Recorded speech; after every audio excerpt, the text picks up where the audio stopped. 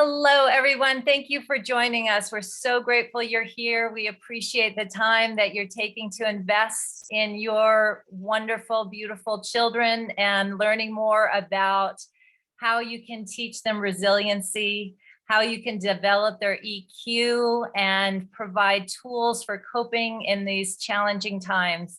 So we're delighted to have Reena Ree here with us. She is an amazing mother of 2 young girls. She's been in education really her whole life. She's a certified kids coach. She is a certified Lifebook leader. She's written children and published children's books. And we're just so grateful for her to share with us all her wisdom and experience in this area. We're going to have her share a little bit. We're going to do some slides and have some time of learning. And then we're going to have a time of questions so that everybody can ask questions and participate in any way that they'd like to. You can put a question in the chat. You can ask to be unmuted and come on and ask your question yourself. We'd love to share with you and kind of hear more about your circumstances. So we're going to go over as much as we can in the time that we have, and we're just really excited to be able to have this time with you. So I am going to now hand over the floor to Reena, and I'm going to pull up your slides, and we will get ready in 2 seconds to go. Hello, everybody. So happy to see you all here. So I am going to be talking about this raising resilient kids in challenging times. So what can we do to develop, help improve our child's EQ? So I'll be sharing some practical tips for parents and caregivers on how to build resilience from, especially focusing on the age group of 0 to 7. And this is the age where children's subconscious mind gets recoded. So I'll be talking a little bit more about that. Okay, so what the big question now is, what is resilience? So resilience, the definition is that it is the ability to steer through life's serious challenges and find ways to bounce back and to thrive. So you are going to learn about how can you help your child develop strengths and gather supports that build resilience. And some of the benefits of resilience, we know that resilient people are happier, resilient children are healthier, and resilient children are more successful. And we've also known that it protects against depression. So one thing to note is that we both need the inner strength and the outside resources to build resilience. Okay, so as a parent, some of your parents, some may not be, but you know, you've always come across children and you wish that you can always protect your child from every disappointment, from every defeat or scary challenge. And we know that this is not possible. Oh, good. Everyone can please mute. But the thing is, we can teach our children to be resilient. Resilient children have grit, and you know, the resilient children, they don't give up. They solve a problem. They don't just give up. And when bad things happen, they quickly bounce back and they're ready to face the next challenge. And you know, they're not afraid to make mistakes and they learn from them. Okay, next. So I'm going to be talking about a few tools that we can provide to our children to help them raise their resilience. The first tool is be a supportive role model. Now, you've heard this a lot of times, that you know that your child is spending most of their time with you, and thus they learn a great deal from you, and they're really, really inspired by you. You're like the center of their universe. So your attitude towards anything, it could be towards sports or any spheres in life, it impacts your child's choices too. Your choice of friends, your choice of the people that you hang around with is going to be impacting your own children. Also, your relationship with others, they're going to be watching you. How is your relationship with your relatives, with your friends? And this is going to help shape up your child's view of the world. So what I would remind, this is a very good reminder for me and everybody, is that we need to model this resilient behavior. We need to be calm. We need to admit to our own mistakes and how to do better next time. And the more positive adult connections that a child has, the more resilient they will be. And now this is one thing. You've been paying attention over the last couple of days to the situation in Ukraine. You may have heard of the so-called ghost of Kiev. Maybe Joyce, we could mute everybody. Muting them. There we go. Okay. So mistakes teach children about perseverance and problem solving. And the mistakes are really what helps them with the coping skills. You know, as a teacher, like I was, when I was in preschool teaching, the easiest thing is to prevent them from making a mistake, because the short-term gain is more smiles and less tears. But we need to remember that long-term results of not allowing children to make mistakes is weak coping skills. So it is better to let our children to make mistakes and learn from them now when the consequences are small, rather than later when the consequences become bigger and serious. Praise. We need to understand that there's a way to praise the child. You know, we need to remember to praise the progress, not the product. We need to focus on the strategies and the effort. So we want to make sure we want to reward the effort, not the achievement. For example, I'll give you an example. When a child comes to you with a picture, an artwork, and comes in and gives it to you, and you look at it and you say, you know, you don't praise the picture, but you could instead say, oh, you've spent a lot of time doing this. You've used red, blue, and yellow, and I see that there's a lot of texture in your painting. So just praising the effort, not the final product, but the effort that they put into it. So that's praising the children the right way. Next slide, please. So, you know, it's very tempting to say good job. You know, we want to praise specifically. Specific praise gives your child more useful information than just a generic praise that says good job. Good job really doesn't tell your child what is good or how they can continue doing well. So next time, instead, when you catch yourself using this generic phrase of good job, ask yourself, like, what did your child particularly do well? And say something like, oh, you organized your toys so well. Or it's great that you keep trying your math problems instead of giving up, you know.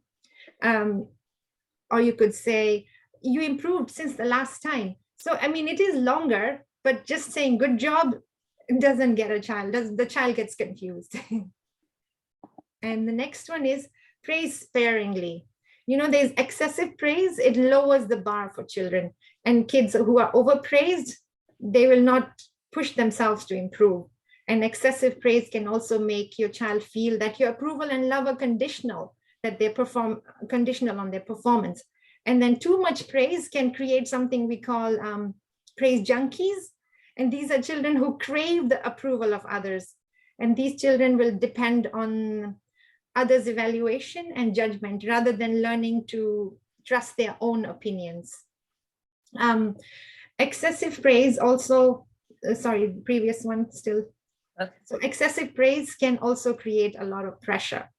You know, children start relying on approval from others and they get terrified if they don't get that approval. And so they become very, very self-conscious rather than confident. Okay, next one.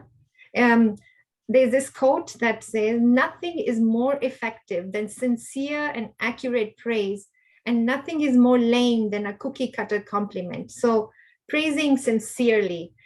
Now, one thing I've seen, like I've worked with a lot of children basically all my life, and I've noticed that children are very, very perceptive, and more perceptive than adults realize. And they can often tell the difference between a sincere praise and an insincere praise.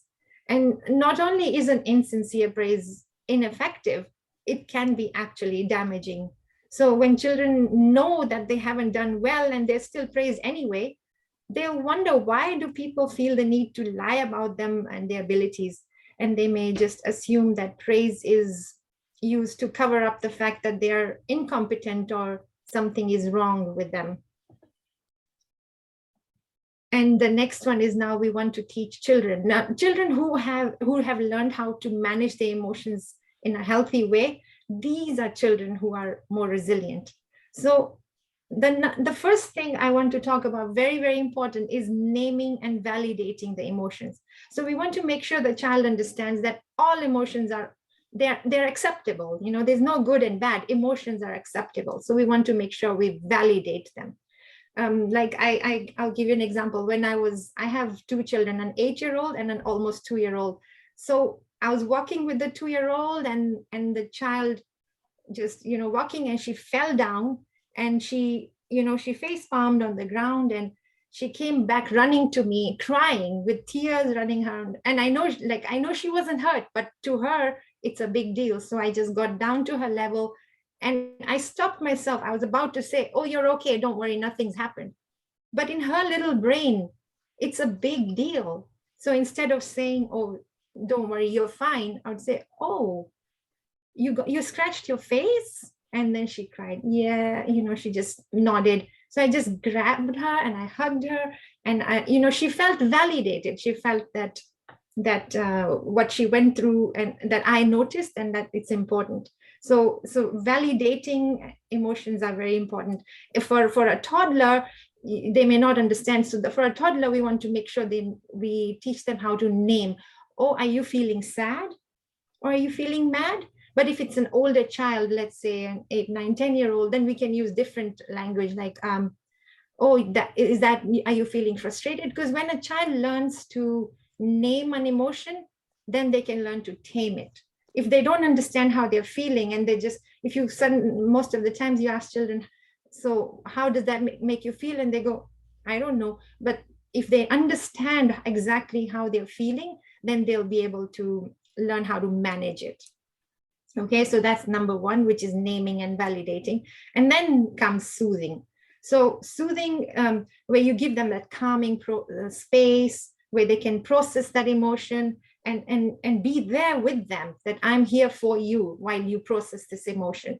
You know, a lot of mistakes that we do, including myself, is when children throw a tantrum, like a toddler or a younger child throws a tantrum, we give them this punishment, or timeout. Go to your room, you know, and they have to go to the room and process this emotion on their own, and they don't understand.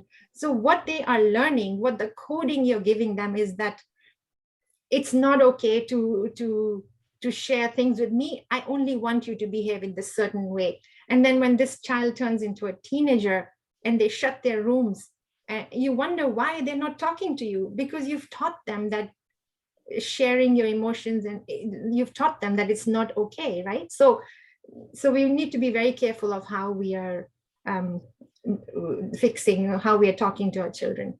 And then the third thing is about solution. So when we want to make sure that we are more listening rather than talking, so we brainstorm things to fix the solution.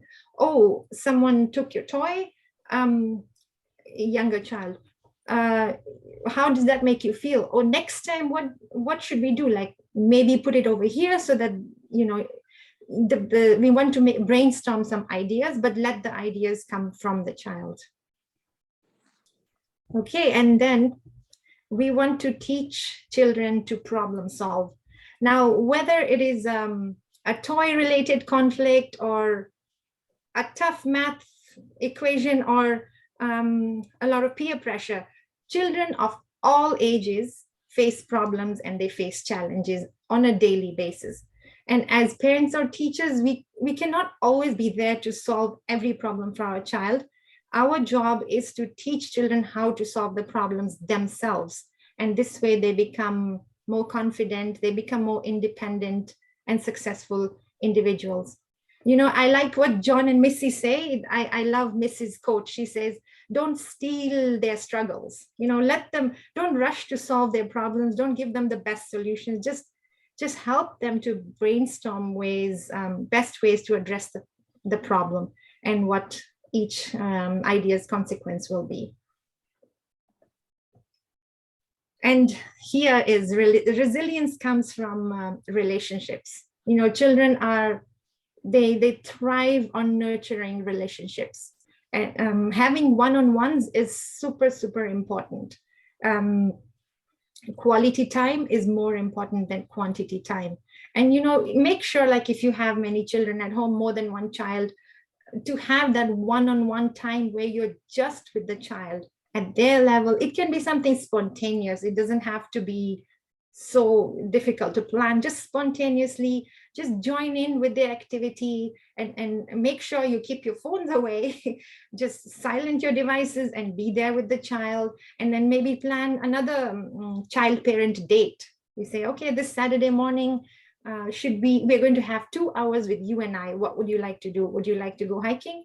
Would you like to go to watch a movie? Whatever it is that the child enjoys, just make sure to have that one-on-one time. And if you have more than one child at home, to get the other kids to be busy while you have this one-on-one time with this child. So this way, when you do this, then, you know, you are making the child understand that the child is going to feel that, oh, I am worthy, I'm loved. So this is the code that is going to be installed in the child between 0 to 7. And when they grow up, this will show in their lives as well, that I'm worthy, I'm loved.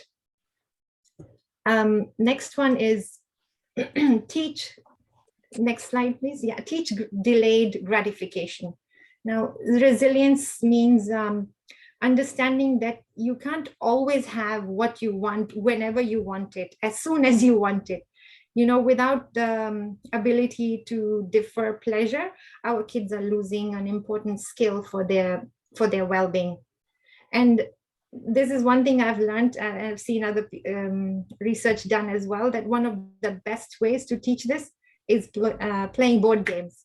Yes, board games. And, you know, board games require impulse control, and they require turn-taking, mental flexibility, and they exercise the part of the brain which we call the prefrontal cortex, which I tell my 8-year-old the PFC, prefrontal cortex. This is the rational part of the brain that is involved in decision making, emotional regulation, and also resilience.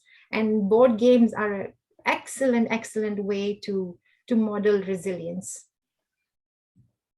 And the next is, yeah, this is huge. I really want to emphasize this. You know, I was very reluctant being a mother to 2 young people, and I just thought everything is, I'm supposed to do it. You really need to get out there. You know, there's this innate desire in every human being, doesn't matter where they come from. They have this desire to be of service to others. So if you can just initiate that and just give that phone call and say, I'm feeling a little overwhelmed, I'm burnt out, could you please come and watch my children while I go and take care of myself? Maybe go out for a coffee with a friend, or watch a movie, or whatever it is, spend time alone in nature. Just call up that person and ask for help. They're there, they're ready, and they will more likely help you than to reject. And even if they do, that's fine, next person, right? So they're there to help you. So please do reach out and ask for help. Next one. So there's Dr. Brooks. He developed this idea of strengthening the abilities where children are already thriving. So when he was working with autistic children, he noticed that most specialists were focused on challenges rather than optimizing the areas where children had natural ability and interest. So there's this quote that's, it's easier to build strong children than to repair broken adults. So this is a question I get asked a lot. When people ask me this question, oh, do you only coach children with problems? I tell them, one thing to remember is it is important to focus on the area of building a child up rather than trying to fix a potential weakness. So the key here is prevention. Subconscious programming starts at infancy. you must have heard about the subconscious. What is the subconscious brain, subconscious mind? Subconscious mind is 95% of the mind, and conscious is just the 5%. And subconscious is where all the automatic programming and unconscious habits exist. So, for example, right now, there is 40 billion bits of information per second that the subconscious mind is processing. Yet the conscious mind only processes 40 bits per second of information. So, like, I'll give you an example. Right now, are you aware of your right little toe and the feel? Where is it? What is it touching? You weren't consciously aware of that, but the subconscious mind is aware of everything. Another example, do you feel the fabric of what fabric is touching your body? You're not aware of that, right? There's so much information around you, but the conscious mind does not process that, yet the subconscious mind processes it. So this is the thing here. When children between the ages of 0 to 7, in fact, now I've seen research that says that from pregnancy, as soon as the child is conceived, it's receiving information. So between 0 and 7 years, this is the time of the child where majority of the time it's the subconscious mind that is working. This time the child does not analyze any information they're exposed to. They accept everything that they're told. They believe it. They surrender to it because there's no analytical filter. So this is an age where children are very, very suggestible. So if you tell a child, you're stupid or you're silly, they will completely believe that I am stupid or I'm silly. So instead of saying you're silly, we could say, oh, that was a silly thing to do. The act that they did was silly, not that they are silly. Because if you say that, they're going to, they're going to have that in their minds and program it, and then it's going to show later in life. So once a thought is programmed in the subconscious mind, it starts to create these files. And then the autonomic nervous system carries out the request of this thought, just like a servant carrying out a master's order. So we need to be very aware of what we are saying to the children at that age. They're programming for the rest of their life. Since the newborn, the child is going through conditioning. And one other thing, I'll give you an example is, I was in the playground and I was with my toddler, and it was a rainy day, and I love rain. I just make sure she's dressed for the weather and she just can play in puddles and play in water. It's fine with me. So I was on a phone call with somebody, and this person saw my child going down the slide on a wet slide. And then this person said, oh, don't go down the slide, it's wet. Because if you go in, if it's raining and you're going to go down on the slide and it's wet, you're going to get sick. And I just thought to myself, oh, wow, like, look at the constant information that is being programmed in their minds. If they hear that constantly, that, oh, if you go out when it's raining, you're going to get sick, that is the anchor belief that the child will have. And every time something like that happens, they're going to be looking around for information that proves that anchor belief. So it's an emotionally charged experience, which the child is going to totally believe. So if I go out when it's raining, I will fall sick. And this happens as they grow. So, and then another thing here is to focus on the do and not the don't. And I'm going to give an example about what I think Pooja is here. Yeah, Pooja, I hope you don't mind. I'm going to give your example. I was on a phone call with her, and she has, when her baby is almost 1, when her baby was just learning to crawl, I observed this mother, and she was, the baby was, crawling, cruising around the house, and she picked up a shoe, and she was about to put the shoe in the mouth. And so Pooja said to her, instead of saying, oh, don't put the shoe in your mouth, she focused on what the child should be doing. So said, let's put that shoe down and let's walk over, let's crawl over here. So I really loved that. And I just admired that, where you focus on what the child should be doing rather than not doing. So I teach my 8-year-old about, when the little one is climbing up on a stool, and instead of saying, oh, don't go high up there, you're going to fall if you go so high. But this, what is this teaching the child? Is teaching the toddler, it's putting this belief that we should not take risks, right? So instead of saying, oh, let's take one step at a time, look around you, focusing on what you want the child to do rather than what you don't want the child to do. That is like a huge thing. And now the question comes, can you undo or reverse this programming so that you had unlimited beliefs about life?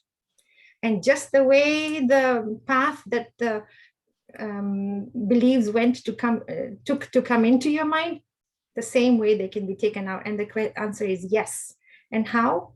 I worked with Anna Berger. She's from Quantum Mind Academy. And it's been just a phenomenal change in my own parenting journey as a parent, as a teacher, and as a coach. I learned so much about my own anchor beliefs, and Anna helped me to free those anchor beliefs. I was beginning to have, although my daughter, older one, who's 8, she's already behaving like a teenager. She's very analytical, logical, and there was a lot of things about her that was triggering me. And I thought, what am I doing wrong? What's going on here? And what I learned from all the subconscious reprogramming that I did with Anna was that whatever triggers me about my child is something, she's a mirror to me. So it's my own anchor beliefs that I've had since childhood that is showing right exactly in front of me, in front of my own child. So if she's not listening to me, then I know, okay, what is it that I am doing that I'm, maybe I was not listened to when I was a child. So how can I change this? It's been a phenomenal journey, and I've just found so much benefit from Anna, from the Quantum Mind Academy and subconscious mind reprogramming. So I'm going to be giving out this handout. This handout is role modeling for resilience. So these are just questions for you that you can use. For example, when parents say certain things, what do the kids learn to say? So, and then you can write down, you can fill up the rest of it, examples of verbal and nonverbal communication. Okay, and then now here is the action. I'm going to open the floor for questions, but before that, what are the 3 most interesting facts that you have learned about building resiliency in children? What will I do starting tomorrow in supporting my children's resiliency? And who can you share this information with? And then we'll talk about, maybe Joyce can talk about this gift from Anna Berger of Quantum Mind Academy that she will be sharing with us. So yes, so the floor is open now for questions or anything you may want to know. And I just also would like to share that Anna Berger has decided to join us. She has surprised us with a wonderful visit.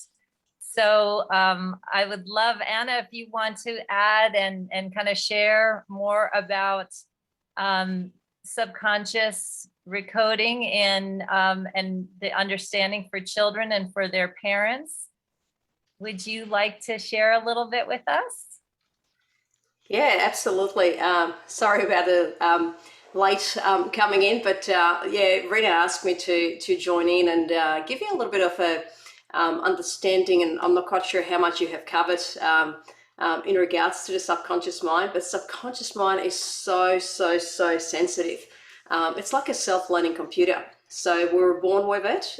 Most people don't know because it doesn't come with any instructions, unfortunately. Mind you, if it did, the book would be so huge that no one would read it.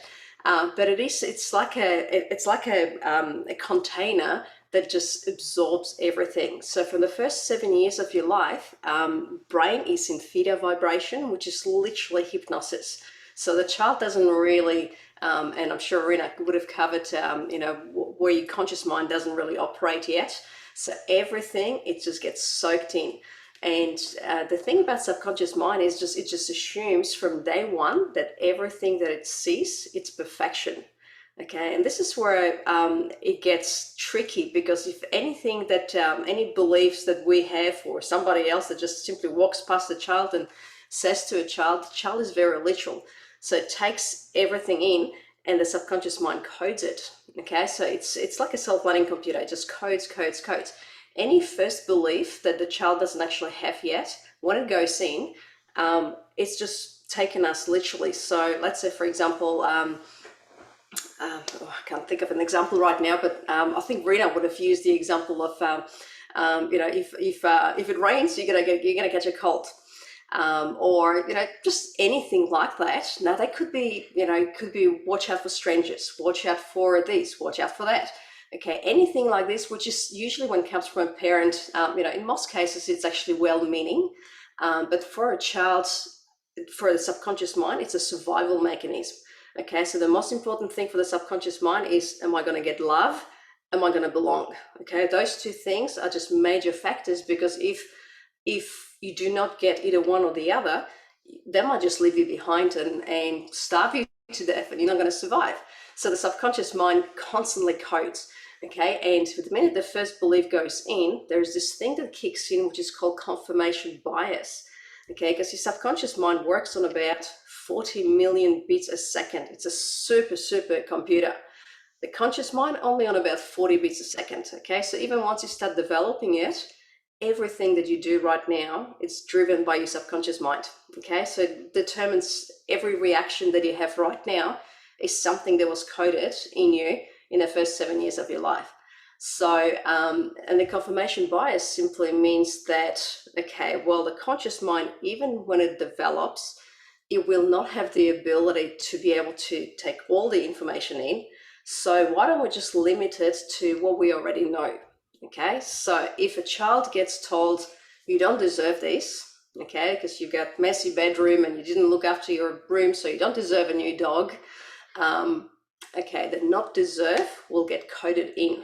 Okay, that becomes an anchor belief, and anything from then onwards, the child's going to be looking for reasons, okay, why it doesn't deserve something. Okay, so it collects. It's like a filing cabinet where your subconscious mind just collects.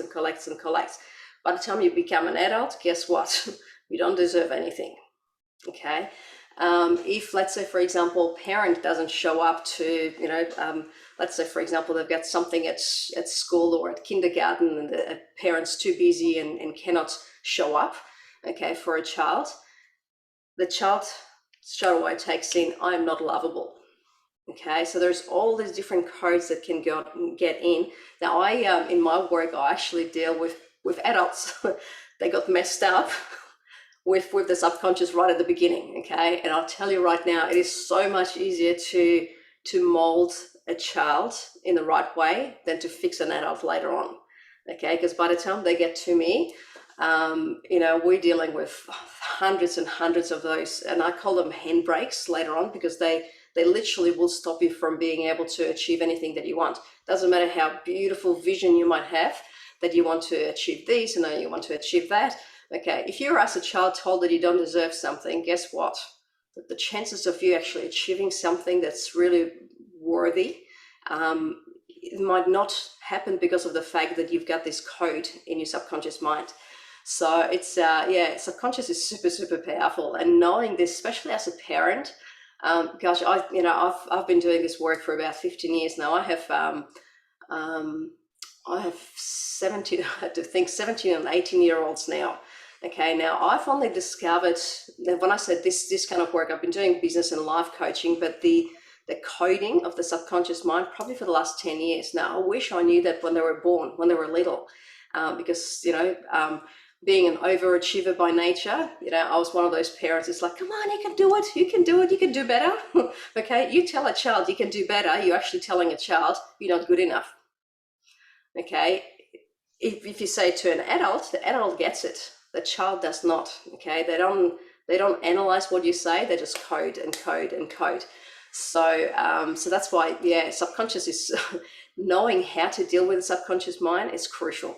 Now, Reena has been studying with me, and she understands how to recode and how to work with children. But it was quite interesting to actually, like, even, I mean, I've got a lot of my students, even psychologists, that come on board and they go, I didn't know I had that. And it's, once you actually search the whole subconscious mind for all those codes, and it's not just a one limiting belief. A lot of people think like they'll try to achieve something and they go, oh, I've got this limiting belief, I have to work on that. Okay, now when we do the research, we find about 200 or 300 of them. Okay, so if you found one, great, you're going to be there for another 30 years trying to fish out all the other ones. So there is a way of being able to actually go through the whole thing and analyze and figure out, okay, what are those codes? Okay, what are those codes? And the great news is they are reversible. Why am I telling you about these is that with a child, children are very easy to mold. Okay, when I say mold, they're very susceptible, very easily, and they look up to a parent, like a mirror. There's just like everything you tell them, they just believe you. Okay, and it's just such a precious age to be able to do the right thing by them. Now, a lot of, and Reena would probably say that she will often have somebody go, here's my child, can you fix it? It doesn't quite work like that, okay? Because even if you fix the child, guess what? A parent does a dumb thing again, and it gets rewritten in the subconscious mind. So because the subconscious mind looks up to the parents for love, okay, anything that whenever you give child love or withdraw love, okay, that shapes their character. So for those of you who, for example, grew up in a household where children are not to be seen or heard, okay, you know exactly what I'm talking about, right? So right now you probably have problem with public speaking or even having camera on. These are the kind of things that show up later on in your life, and you don't even realize that. You think, what do I have problem with these? Why do I have problem with relationships? Guess why? Because when you were a child, subconscious takes a screenshot of your parents and says, this is an ideal love relationship. Okay, and then replicates it for you later on in life. Or sometimes, let's say, for example, if a parent was extremely busy and doesn't have time for the child, we're all busy, we all work, so you're extremely busy and you don't have time for your child, suddenly the link to love for a child becomes missing somebody. Okay, and that becomes, so missing somebody becomes love. Which means later on when you get into a relationship, you can only get into a relationship where the person's not emotionally available or physically available.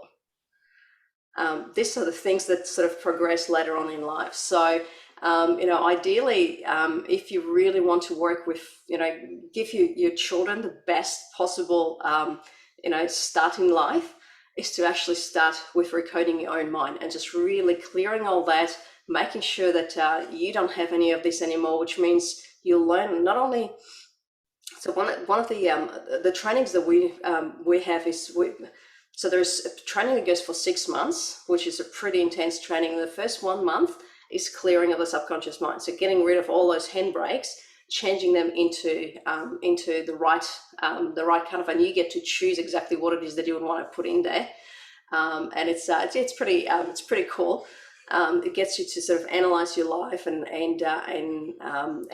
turn those codes around, but it also teaches you how to consciously communicate with your subconscious mind.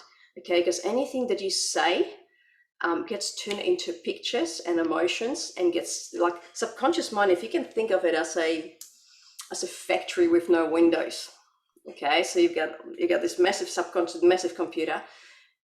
As far as subconscious is concerned, we are still hunters and gatherers. Okay, it doesn't know what's going on in the outside world unless you, the conscious mind, tells it.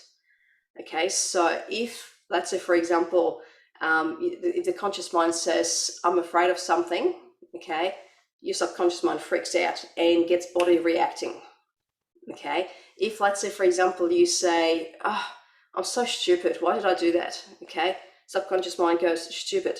You say things like, why can't I find anything? Or, I'm looking for this, I can't find it. Okay, great. The saying, ask and you shall receive. That's exactly the relationship between conscious and subconscious mind. So whatever the conscious says, subconscious reacts to it. Things like another one with children. This is and Reena probably would have mentioned, but at any stage, like let's say if parents are really busy and a child falls over, and the parent stops everything, and you're okay.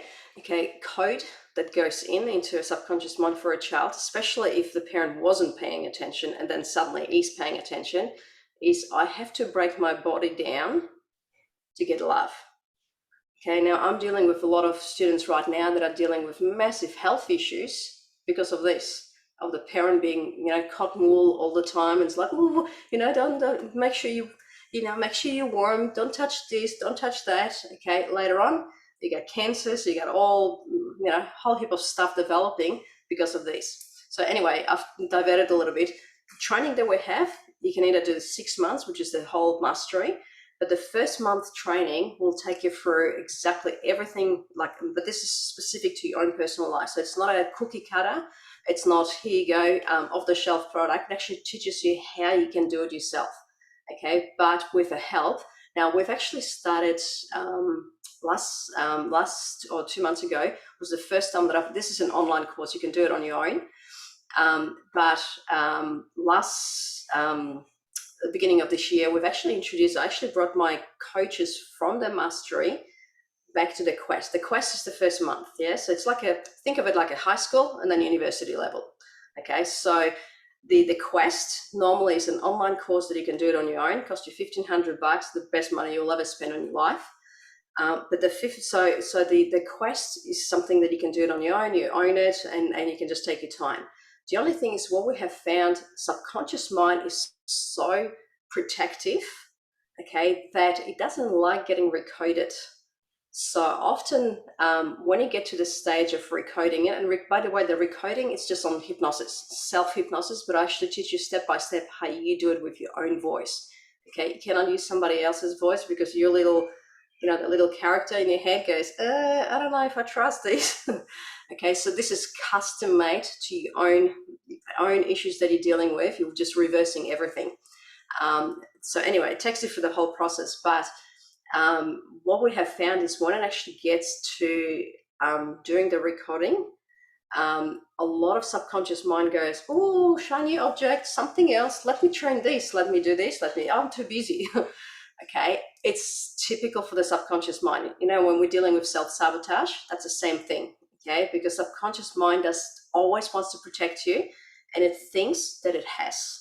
Okay, and it has, whatever it is that it's developed right now, the character it's developed for you, it's protective because of the fact that it lets you survive as you're a child. Okay, wherever you grew up, it created a character that made you stand out, survive, and you were protected. Okay, unfortunately, when you become an adult, you might need different things in life. Okay, you might not necessarily need this strict protection. It's like a really protective parent. It's like, no, you can't do this. You can't do this.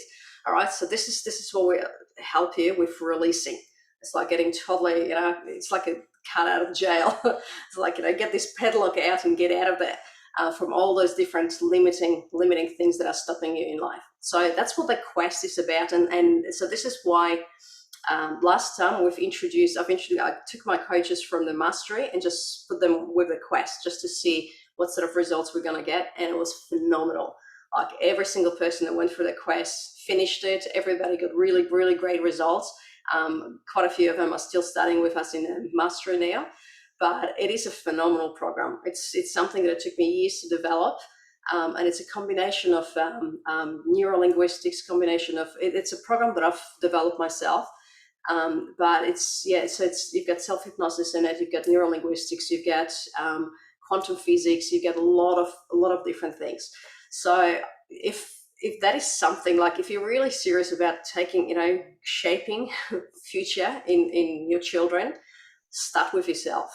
stuck with yourself, because that way you're not going to keep on overwriting whatever it is that, like we put all this. And look, I was a parent, when I had little children, and I would just do anything for them. But it was always, always about children. It wasn't, it's like you put yourself second. But what you don't realize is, when they say the oxygen mask goes on you first, that is exactly the same thing with the subconscious. If you get your own mind recoded, the charges becomes a mirror of who you are. And it works so much better. Like, seriously, I wish I knew this stuff when my kids were younger. I don't know how old your kids are, but it is phenomenal. So Joyce will give you a link to the actual quest. Now, if you go through the registration, you have access to the quest straight away. But midway through March, we're actually going to start it as a group. Okay, so you're welcome to get started on it and to start watching those videos. And once we have the group ready, I think it's the 15th or 20th, I can't remember the dates, but we're actually starting it as a group. And it will be a four-week program where you actually get coaches, you get buddy groups, you get people that sort of understand how to decode everything.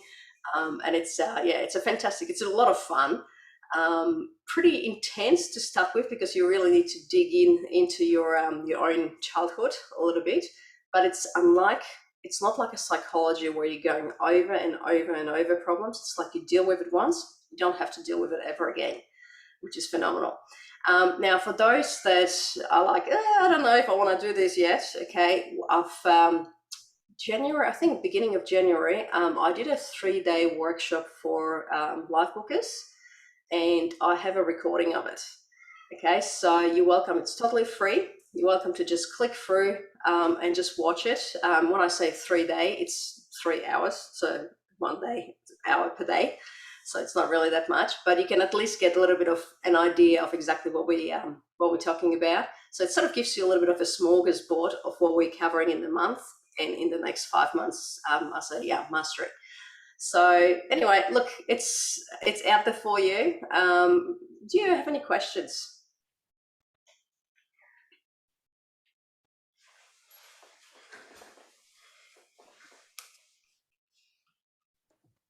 No? Well, if anybody has any questions, they can either put it in the chat or raise their hand. I'm looking to see if there are any hands raised. Okay, well, we'll continue on with maybe some other, I know I have a question that Reena wanted to share, but if there's any other questions for Anna with the quest. Oh, here we go. Joshua says, where can we get access to that workshop? So I just put in a link to that Recoding Mastery workshop. And if you click on that, it'll give you days 1, 2, and 3. So make sure you save the chat. You can click on that link.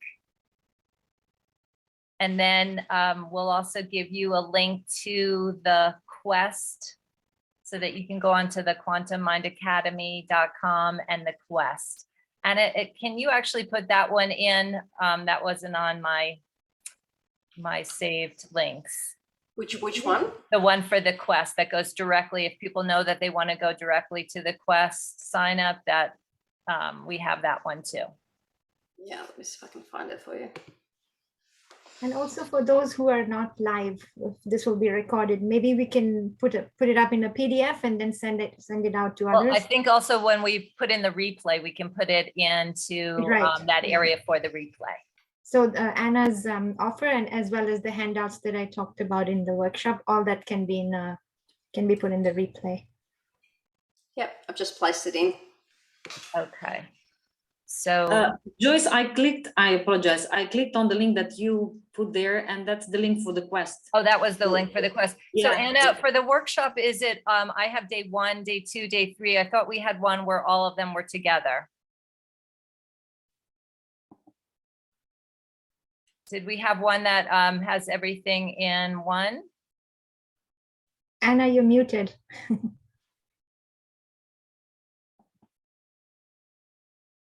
I'm just looking at the link you've given. So when it says day one, you actually, so it will take you to day one, but you actually have buttons in there that you can press to go to day 2, Okay, day 3. I'll put in that one then. Okay. Thank you so much, Daniela. So try that one, and that should get you to the workshop.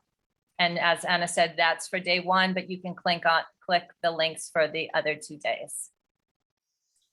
All right, well, thank you, Anna, so much for sharing that with us, and for being here and giving us your wisdom and expertise in this area. It's so brilliant to hear every single time you share. More and more goes into my understanding. So thank you so much. And then Reena, I just wanted to kind of give you the opportunity to share what's the difference between coaching an adult versus coaching a child. How does that differ for you? Yes, good question. That's a lot to do with the brain development. So it's all about the brain development. You know, when we have adult coaching, we are using this technique called questions, you know, because in adults, this prefrontal cortex, the frontal lobes of your brain are already fully developed. So the adult is able to rationalize, is able to problem solve and solve challenges and all that, because their prefrontal cortex is developed. Now in a child, that is not developed, it's still developing. It develops up to the age of 25. So we use a different approach. We don't go with that questioning approach. We use activities, games, we use projects, and we make these situations where the child does like maybe a play or something where, you know, in real life, we're going to see, okay, if this happens in real life, what would you do? So it's in a fun way. We use magic and all that, where the child is fully engaged. And also, you know, I would also like to say that each child is different. So some children have this, they want to improve their confidence skills. Other children have this peer pressure that they don't know how to deal with. And some others maybe, you know, they want to improve to learn to speak better, communicate better. So we go through these assessment questions, and then I get to know the child. What is it exactly that I need to help the child with? And then accordingly, we tailor make a curriculum meant especially for that child. And then the question, you know, the people ask me, okay, that's great, here's my child, and work on them. But then now I'm telling, after I've gone through my subconscious mind recoding with Anna, I've come to realize that it's going to be a lot more effective if the parents have gone through an understanding of their own subconscious mind before they hand over their kids to me, because it's going to be a teamwork where it's going to be me, the parent, and the child. So it's a teamwork. So not just me and the child anymore. So that's why I encourage parents to go through this as well. That's wonderful. That makes a huge difference. And I'm just curious if you could maybe share with the parents a little bit about some coping mechanisms during these challenging times, how to work with their children to help them cope and to understand what's going on in the world around them. Right. There's so much going on in the world right now. And we are constantly bombarded with information in the media. So the first thing I would suggest is less is more. The child doesn't need to know everything about the war that is happening on the other side of the world, or reduce the media. Like and I'm not saying like be complacent and saying everything's okay, but they don't need to know every detail. Tell them, first of all, make them understand the number one thing is safety, that you are safe where you are. This house is safe. Our relationship with me and you is safe. And then we have the skills to go out, and if the problem comes, then we'll know what to do. But right now, you know, when Noor, my 8-year-old, says, oh, the war, I said, you are not responsible for that war. Let's focus on what is it right now. You're safe right now over here. If something comes, we'll know what to deal with it. We don't need to imagine the problems. So reducing the media. And then secondly, spending that one-on-one time, it's huge. It really is huge. The child feels so validated. The child feels so loved you know, when my little one goes to bed, because the little one goes to bed around 7:30, then I have a time with just me and my 8-year-old where I completely am with her. And then the child will feel that I am worthy. Spending time with my mom is worthy. And it's important. Just spend that one-on-one time, give them the opportunity to ask questions, validate their feelings. These are the coping mechanisms. And go out in nature, go for a hike, be by the water. It's very, very soothing to do that, just being outside in the nature. So these are some of the things. Yeah. Okay, so we have a couple questions. We have one from Amy who's asking, do you work with both children and adults or primarily with one group? Myself, I work with children. I'm a children's life coach. And what I tell the parents is to go through their own mind with Anna first, and then we can work together. Like for me, it's about the kids. And like I'm passionate about children. Since I was a child, I've just been doing things that enhance children's lives. But how can I make it more effective is when the parent has that understanding as well, so that we're in the same place. Now, if let's say I do coaching with the children and then they go back home and then they're exposed to these limiting beliefs that you can't do this or don't do that, then it's not effective. It's not really effective. So I want it to be a teamwork with the whole family. So for my specialization is the children. Thank you. And Leo has a question that he'd like to ask you. So please unmute yourself, Leo, and jump in. Hello. Thanks, Reena, so much for your presentation. It was really cool. I really liked the soothing example of knocking the door as a teen and praising right and mistakes. It was really helpful. Thank you. And yeah, the question was on the first slide, it says something about to help develop your child's resilience, inner strength and outside control is important. And outside control, I think I get everything you just mentioned, as a parent or a caregiver you can do. And I was wondering what was meant by inner strength. Is it just something the child develops itself? If you meditate and you develop inner strength, or is it a consequence of outside control? Oh, okay. Yeah. So what I meant there was, so we have both. We have the inner strength and the outside forces. So inner strength is where the child learns techniques where they can have build that resilience within them. So yeah, it could be through meditation, it could be through breathing exercises, it could be through some projects where they feel good about themselves. So that's working the inner strength. And then the outside is having that help around you, surrounding you. So it could be your community, your teachers, or the neighbors, working together as a community. So both inside and outside influences. Hope that answers your question. Okay, does anybody else have any other questions or comments or ideas? I'd like to share something, if I may. Yes, please. Sure, go ahead. Okay, thank you so much for the presentation, Reena. It was so great, and I don't have kids of my own, but I'm a teacher and I've been working with kids and teenagers most of my adult life. So because I don't have kids of my own, I get plenty of kids time with my nieces and my nephew and my friends' children. And when you spoke about validating kids' emotions and feelings and naming those, I remember the conversation that I had with a friend of mine, and she has a 5-year-old son. I mean, she has 4 kids, but the youngest is 5 years old. And he's going through these episodes of really being angry and getting angry and upset quite easily. So throwing these tantrums and all of that. And we were discussing, and she was telling me, I don't know how to handle this, what to do in situations like that. I see that he's angry.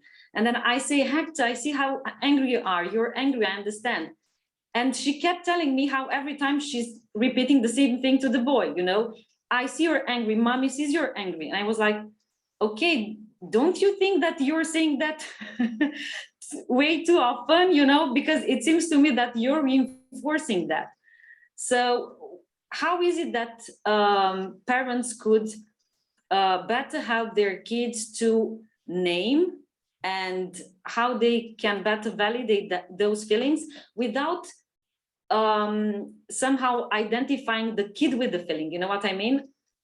Because to me, it seemed that all the time she was saying, you're angry.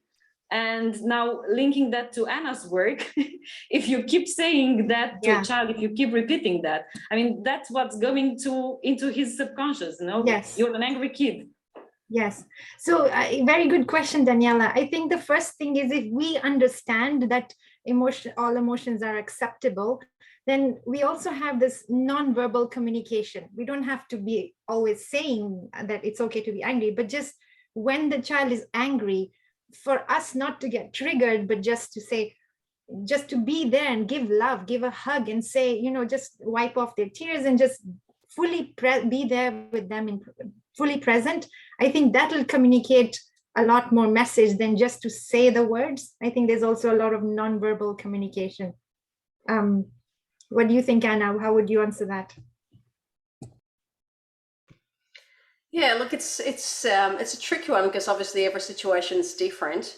I think that you know, when a child gets to the point where there is a lot of anger, there is the child just wants to be seen, and so it's really important what Reena said for the parent to be present, to get down, you know, like let's say if it's a little child, get down on the knee and actually, you know, be present with them. But at the same time, it's also important. So it's a bit of a fine line, but creating boundaries. Okay, so you know, there are points where things are acceptable and sometimes they are not acceptable. Because what you will find is children will try all different things. Okay, because they want to just, you know, even the subconscious mind wants to know, okay, where are my boundaries? Okay, so you know, when you get to the point where if a parent doesn't have any boundaries, okay, child actually feels unloved because you are not giving them boundaries. So they, you know, so they feel like, well, I can just do anything, I can run amok, and it's okay. So so it is a very, very fine line. But yeah, so acknowledge the fact that, you know, but ask them, you know, well, what is the problem? So get them to sort of speak about it and listen to them. Sometimes they just need to be heard. So you know, and they asking for your attention. Now with one of the things that we do with adults is releasing any triggers that we have. Often you will find that you know, the things that trigger you as an adult, kids are like whatever problems that you have as an adult, once kids arrive, those problems are going to be in your face because they're going to be pushing your buttons constantly, right? But realizing that these are buttons that are within you, that you have the ability of actually switching off and not being reactive to it, will allow you to be present and actually dealing with issue at a time. Does that make sense? Does that answer your question, Daniela? Thank you so much to both of you. Wonderful. Well, we're so grateful that everybody was here. If everybody does have any more questions, what we'll do is we'll place the replay in the events section so that people can go back to it and listen again. There's so much wonderful information. You have the links in there. We'll also add those links in the replay. And here are Reena's two beautiful daughters, Sana and Noor. So thank you so much for joining us. Thank you for your participation, for investing this time. We're grateful for you and we look forward to seeing you next time. Bye-bye, everyone. Thank you so much. Bye.